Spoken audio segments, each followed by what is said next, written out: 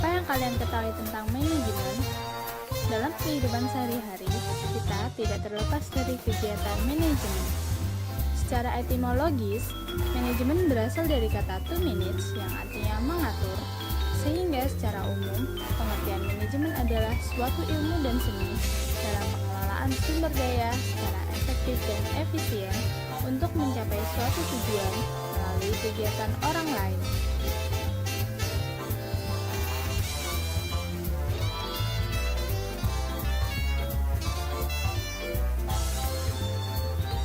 Mengapa manajemen dikatakan sebagai ilmu dan seni? Dikatakan sebagai ilmu dan seni karena manajemen disusun secara sistematis dan ilmiah, sehingga dapat dipelajari secara teoritis maupun konseptual. Dan dikatakan sebagai seni karena terdapat keindahan dalam mengatur sumber dayanya. Lalu, mengapa manajemen harus mengelola sumber daya? Karena sumber daya terbatas, maka sumber daya harus dikelola secara efektif dan efisien. Efektif berhubungan dengan tercapainya tujuan, dan efisien berhubungan dengan optimalisasi sumber daya yang terbatas. Mengapa manajemen harus mencapai tujuan? Karena sebuah tujuan menunjukkan untuk apa organisasi atau perusahaan itu didirikan. Dan mengapa melalui kegiatan orang lain? Karena kegiatan manajemen tidak dapat berjalan hanya dengan seorang diri, sehingga harus melibatkan orang lain dengan adanya koordinasi antar pelaku manajemen. Prinsip 5W plus 1H dalam manajemen. What,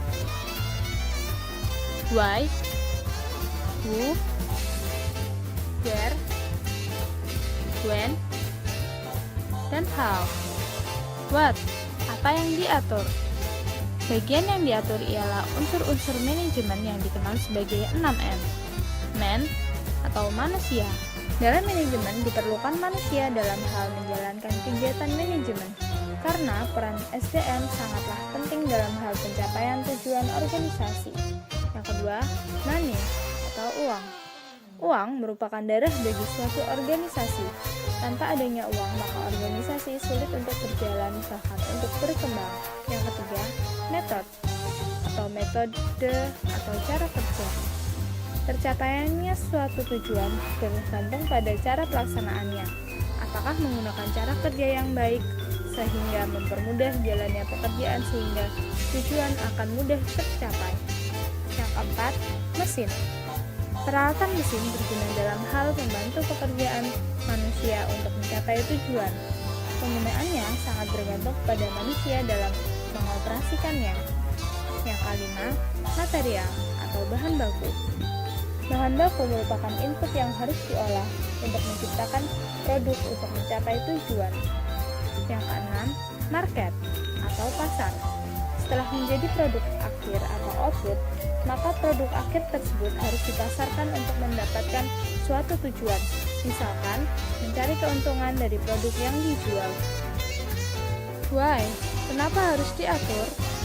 Karena untuk mendayagunakan unsur-unsur manajemen tersebut, saling mengintegrasikan dan mengkoordinasikan untuk mencapai tujuan.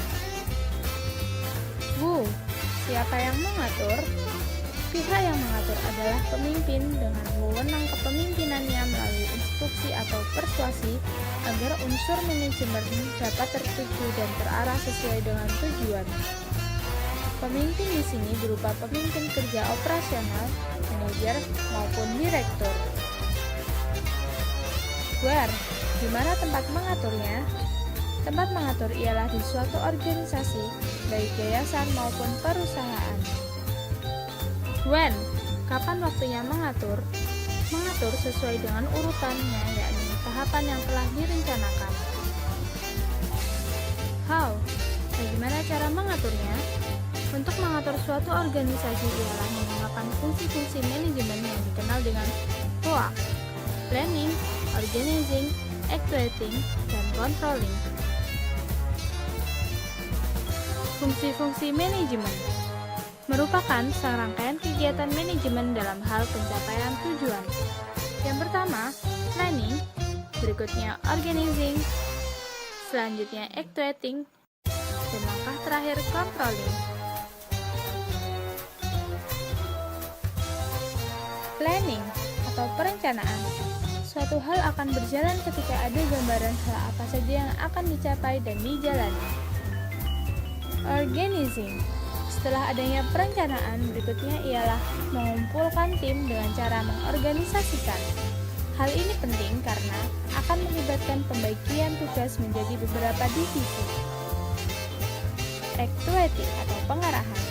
Setelah terbentuk tim, selanjutnya melakukan pengarahan apa saja yang dilakukan sesuai dengan perencanaan yang telah dibuat. Pengarahan ini berupa pengarahan dari pemimpin maupun koordinasi antar anggota.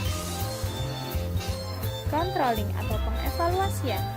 Setelah semua hal dilakukan, langkah terakhir ialah mengevaluasi hal apa saja yang dapat mendatangkan keberhasilan dan apa saja yang mendatangkan kerugian. Hal ini penting karena dapat menjadi pijakan bagi kegiatan manajemen berikutnya.